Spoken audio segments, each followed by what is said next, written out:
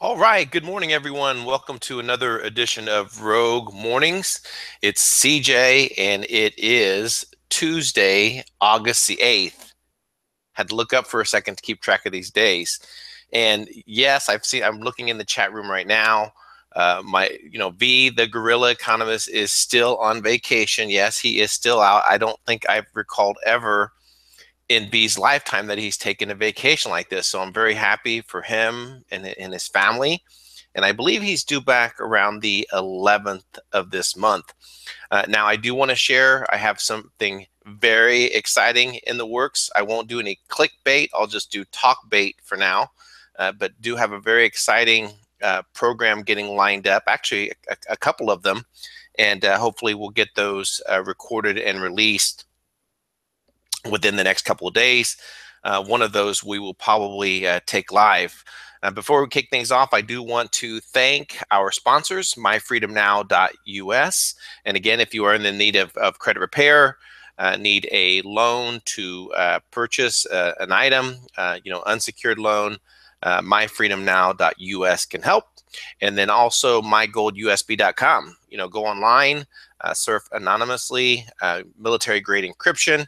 Also serves as a portable Bitcoin wallet, so that way you can keep your wallet secured, all of the convenience of a USB drive. So again, mygoldusb.com. I tell you, things never stop getting interesting on a day-to-day basis. And what I'd like to kick things off with is, and I want to go through this slowly because it's a lot of information. And I truly feel that in the event that you take a look at the criminality, the justice system, and it's something I think that all of us so want is the truth. And as adults, as Americans, we can handle the truth, whether it's 9/11, whether it's the moon landing. No, I'm not going to go into deep conspiracy theories right now. But however, we want to see some people prosecuted and arrested. We all know the criminality of the Clinton Foundation, the deep roots of the Clinton Foundation, its many extensions, arms, if you will, many of the times even leading to the Republican Party and some of the things that the Republican Party has established. We see those same things with the McCain Institute. And we all know the McCain Institute, took Saudi money, and you take a look at the policies, the doctrine that John McCain has instituted with the warmongers that want a perpetual state of war with the United States, that we want truth. And I honestly believe that the Seth Rich investigation, if we do our part to share this information, to really, think about this.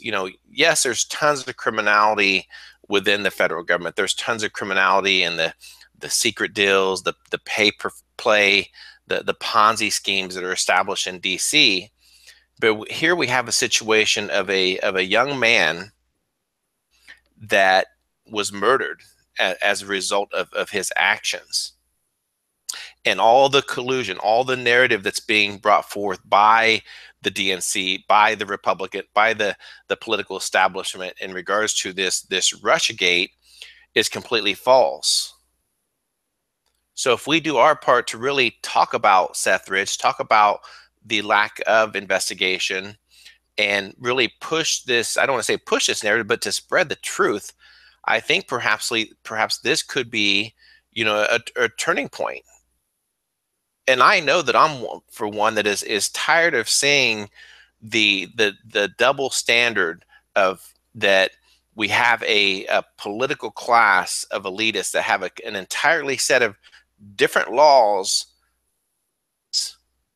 We Americans, if we don't pay our taxes, we get fined, we can get arrested, we can, all these things, our property tax, we don't pay our property taxes, then they'll have a sheriff's sale on our home and our properties will be gone.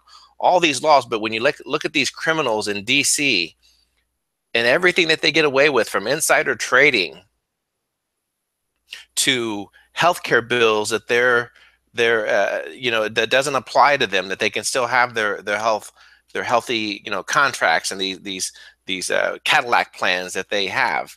I'm one that's just sick and tired of the double standards of the justice system in the United States. So enough preaching for now. Let's jump into this. It's a great article that comes to us from Big League Politics, and it's by Cassandra Fairbanks. And we had Cassandra booked for an interview at one time. I'm going to get back with her and see if we can't get her rescheduled, in particular with this article that was written. But this article is titled Investigator. Donna Brazile is in a category of persons of interest as it relates to the death of Seth Rich. Now, this entire article is based upon text messages that involved the private investigator, Rod Wheeler, and a Fox News reporter, Malia Zimmerman.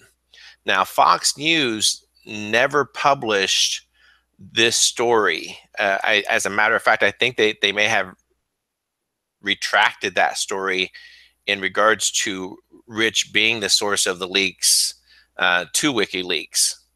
So to break this down a little bit, let's talk about these text messages that were exchanged between, in particular, the details regarding his text messages regarding what transpired after Seth Rich's death, murder.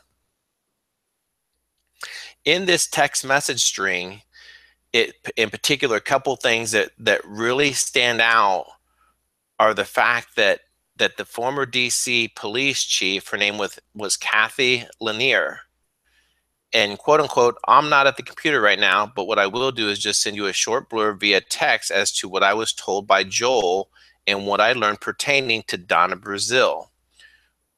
Wheeler said in a text message, so I spoke with the detective on last Friday and we agreed to meet today, and I was going to have him talk with some of the House intelligence investigators pertaining to Seth Rich case and whether or not there were any correlations between that case and the other cases of hacking of the House intelligence investigators are looking into. This meeting did not occur. So, and I'm going off of quotes now. This meeting did not occur. Detective Della Camara did not show up for or arrange the meeting, nor has returned any of my telephone calls, which clearly indicates to me that she has been told not to meet with us. Wheeler also wrote to the reporter, quote unquote, additionally, I talked with Joel Rich today via telephone to give an update as to what some of the concerns are that I am finding with the investigation. Joel admitted to me that when I first got involved with the investigation and started calling the police detective, Joel said, Rod, do you really know the reason why the detective did not call you back when you were calling him? I said no. What was the reason? Joel said that when I called the police department, right after that, Donna Brazile called him and was asking him why I was snooping around and asking questions about the death of Seth Rich and his working relationship at the DNC. I was startled to learn that Donna Brazile even knew that I had reached out to the police department. So think about this for a minute.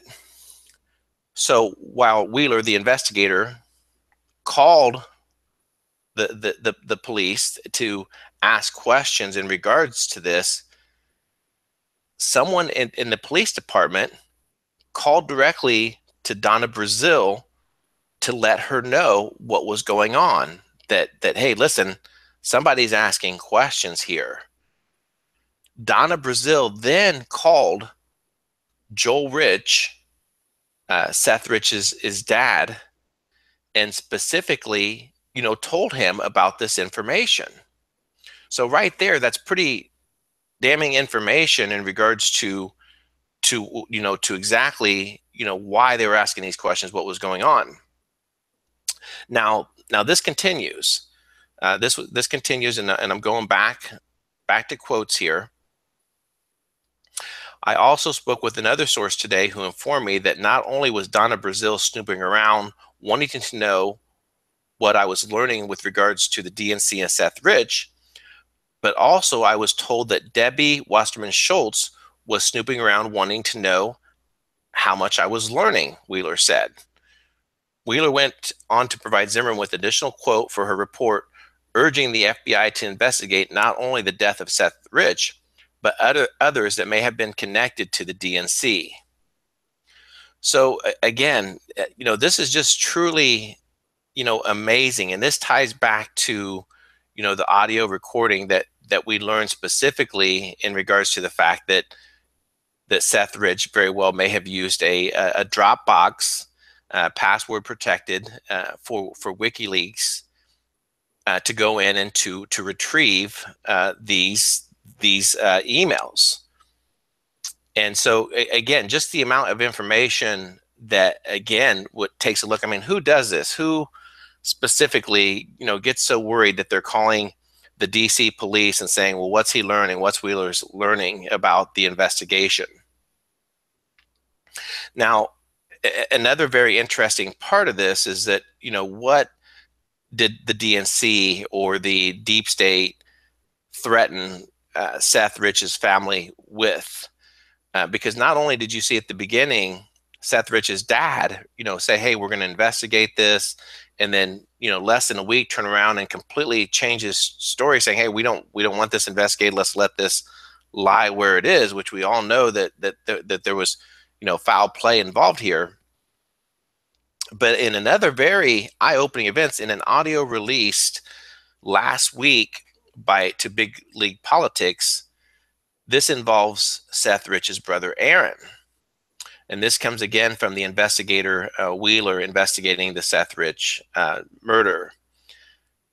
Wheeler explains that Seth's brother, Aaron Rich, tried to block Wheeler from looking at Seth's computer, even though there could be evidence on it.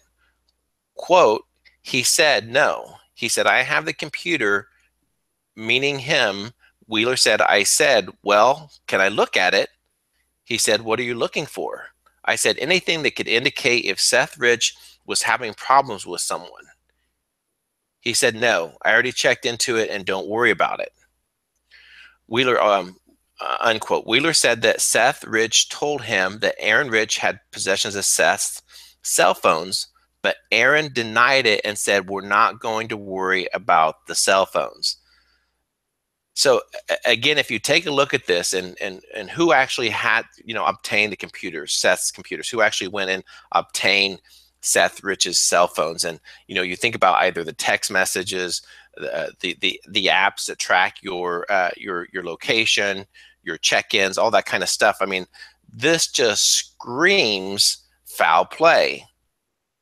And to me, you take a look at Seth Rich, and it's being reported that he had a massive fallout 2 weeks leading into the DNC National Convention, that Seth Rich was very upset. Remember, Debbie Wasserman Schultz was outed because Seth leaked the collusion between the DNC chair at the time, Debbie Wasserman Schultz, and her involvement with the Clintons, with the media, to establish that Hillary would be the primary, winner. So Seth Rich was very upset at the DNC for their collusion involving the Clinton campaign 2 weeks leading in to the DNC National Convention. And so this is where all this information is coming from, is that what exactly did those heated exchanges look like with Donna Brazile or Debbie Wasserman Schultz, and exactly what were the events leading up to the night of his murder. So again, bigleaguepolitics.com. You can go read the article. You can check this out for yourself. Lots of information here, and something that truly does need to be. The information's there. So again, urging the administration to get the Justice Department involved, to get the FBI involved.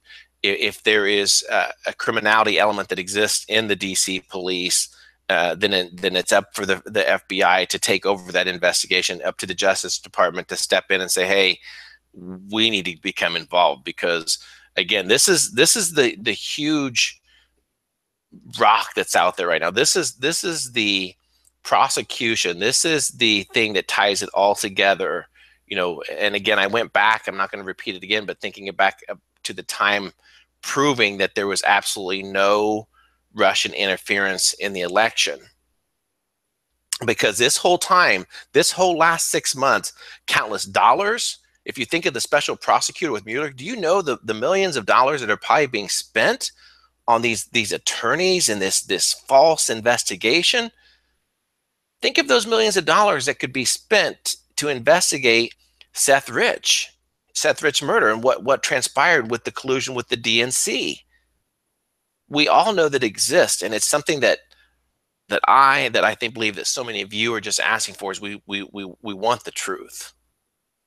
It always makes me think back to that movie, I can't remember, with Jack Nicholson, A Few Good Men, right? When Jack Nicholson gets up there and says, well, you can't handle the truth. Well, we can handle the truth. And we want justice for Seth Rich and his murder.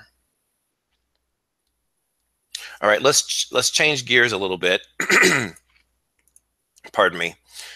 So we know, as a result of the new sanctions passed overwhelmingly by the Congress and Senate, yes, the EU, everyone's very upset.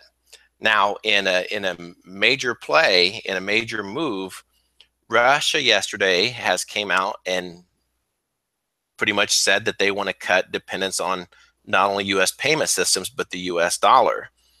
And this has been happening over the course of several years. So this is really, nothing new, other than them just coming out and blatantly saying it, that with the new sanctions, quote unquote, we will, of course, intensify work related to import substitution, reduction of dependence on U.S. payment systems on the dollar as a settling currency, and so on.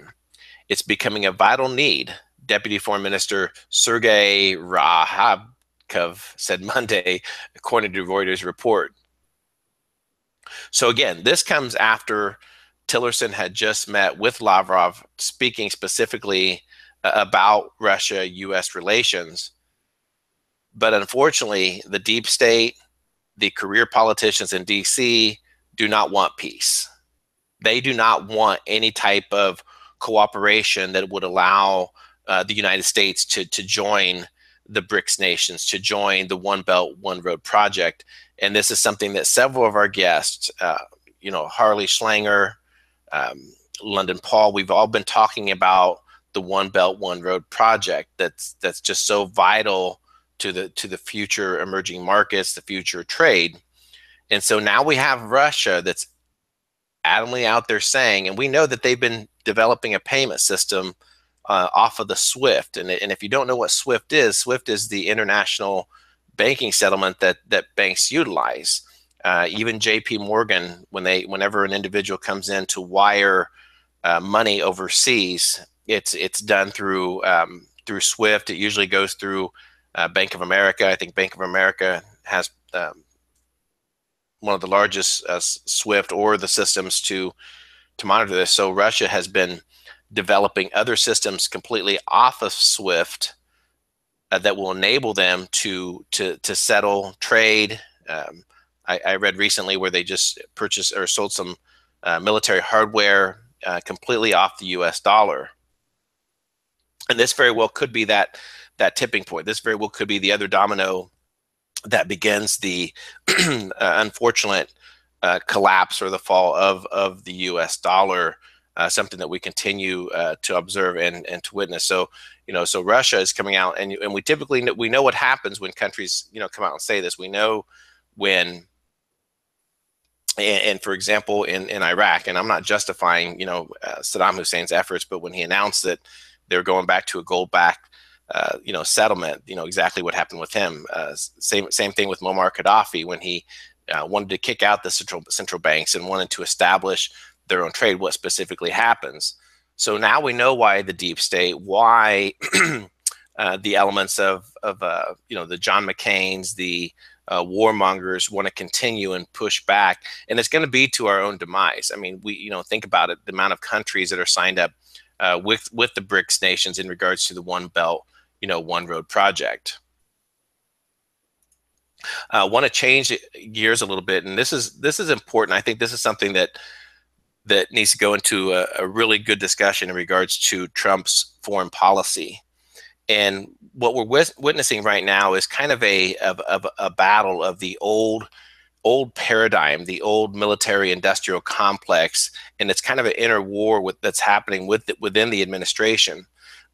So here we have H.R. McMaster, who is has bought into the paradigm that the U.S. Must have a military that is dominant. We must do foreign inventions in Yemen, in North Korea. All these warmongers that want to continue this perpetual war state that we've been in. So what's happening is that within the administration, you're witnessing McMaster have direct clashes, with Bannon. I don't think Bannon this article is claiming that he's an isolationist, that he, wants the U.S. to be strictly isolated from the rest of the world. No, I think Bannon.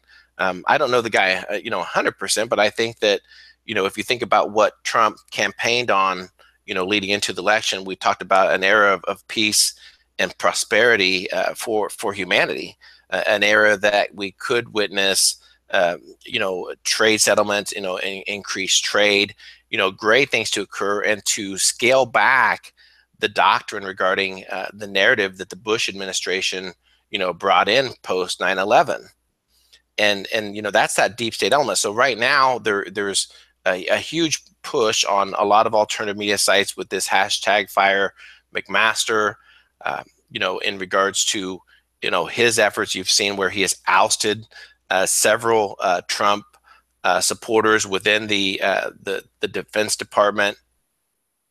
Something to monitor and Bannon, but this does need to be a huge talking point again going forward. So perhaps when Harley comes up, we can talk about with Hanging with Harley, we can talk specifically regarding the importance of U.S. foreign policy moving forward, because this is huge. This relates to is our treatment of the Saudis, and we see again their efforts in Yemen.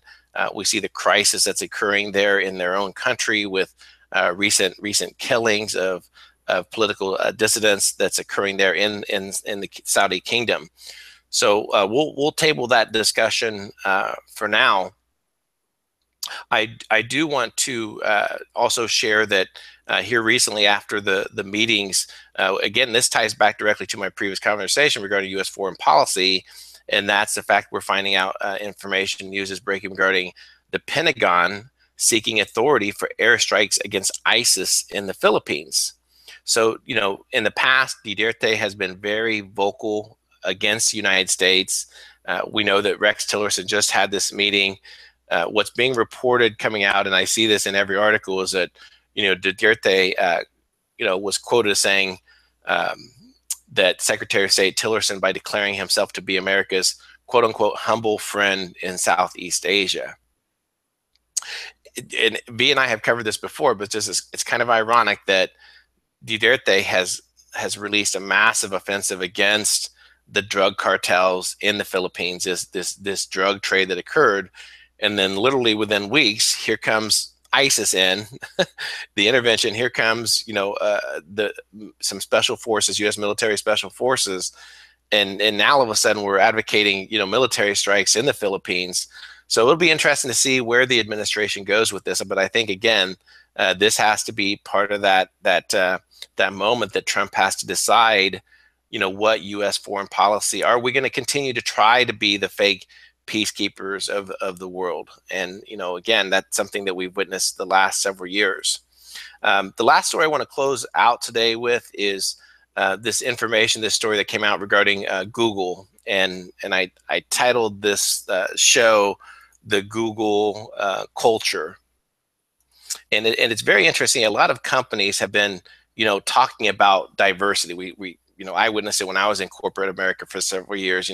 What is diversity? And here we witness, Google, advocating that, hey, we want to be diverse. We want to be, all accepting of all genders, transgenders.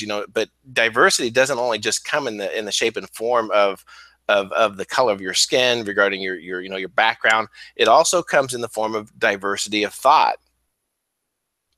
So this engineer for Google, James Damore, wrote a memo, called a fired back at the Diversity Manifesto, pretty much, claiming that Google isn't tolerant, that they are very left leaning, and that any dissidents, any conservatives, any conservative views are not even monitored or even granted any type. It's not part of their discussion. And so I'm going to read part of his manifesto. So this comes from Damore, the Google engineer. Quote unquote, when it comes to diversity and inclusion, Google's left bias has created a political correct monoculture that maintains its hold by shaming dissenters into silence. This silence removes any checks and balance, encroaching extremists and authoritarian policies. So basically what happened was, the moment that this memo was put out and it was spread throughout the Google land, and literally like within hours, other Google employees just went on a tear. They're like, we need to fire this person. If this person doesn't get fired within 2 weeks, I'm going to resign my company. We have zero tolerance for intolerance. So in other words, if you don't buy into the company culture at Google of left-leaning policies, then you don't belong there, is basically what they're stating. So several employees went on and they formed these little like groups, basically saying the same thing, that the Google culture has to be honored, and those dissidents need to be removed from the company. We need to find out who they are and get them removed. Anyone that shared this article or like this memo by this engineer, they need to be found out. We need to find out who they are and get them out. So everything as it relates to company culture that Google is creating, this is very eye-opening, and I've witnessed it myself, and it's not just Google. It's not isolated to Google. I've seen it in other companies as well, that they want to have this culture of inclusion, this culture of diversity.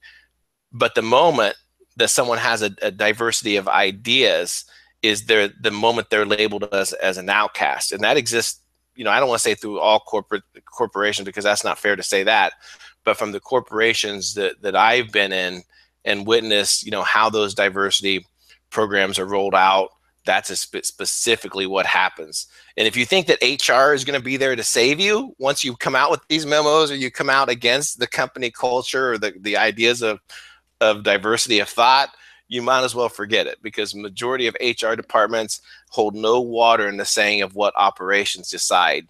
Most states have at-will employers, which pretty means that they can walk in at any time and fire you or relieve you of your job for no reason at all. So they put these policies and procedures out there stating, yes, we're a diverse company, and we have this policy that if you don't agree with which HR done, you can get a moderator to get involved, and we're going to review what transpired with your first policy, your first role of take it to your supervisor and discuss it with them.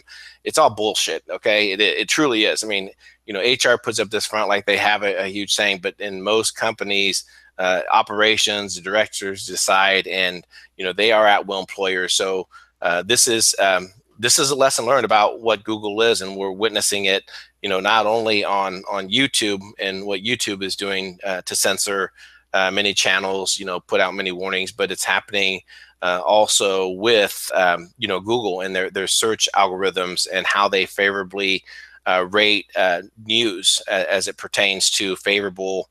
It happened with Trump regarding, you type Clinton and it nothing bad about Hillary would come up. It'll say Clinton is great. Clinton is going to get elected.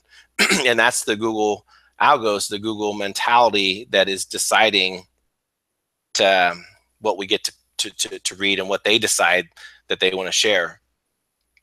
All right. So how long have I been going? I've been going a little bit.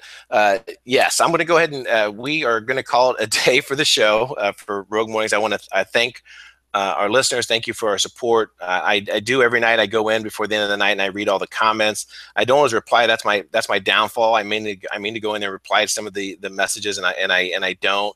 Yesterday, London Paul went into the chat room as well, or to the messages and responded. So thank London Paul for that as well. I am going to try to connect with Dex for Trading Terradome today, later on this afternoon. It might be pushed a little bit more towards like 4 o'clock. I've got some things that I have to do today, so I'm going to get with him. But we do have some very exciting things in the works as far as some interviews, some shows lined up. So make sure you stay tuned here to Rogue Money. Make sure you follow our blog at Steam It. Follow us on Twitter at The Rogue Money, and our Facebook page. Our Facebook page just went over a little over 1,100 followers on Facebook. And, you know, I'm not a huge Facebook fan, but they do drive a big audience. And we do our live streams. I know yesterday in the chat room, a lot of people were saying, hey, you know, sometimes YouTube gives me fits.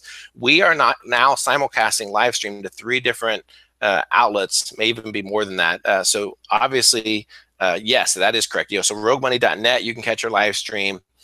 Periscope is under Rogue Money. You can catch us at Periscope.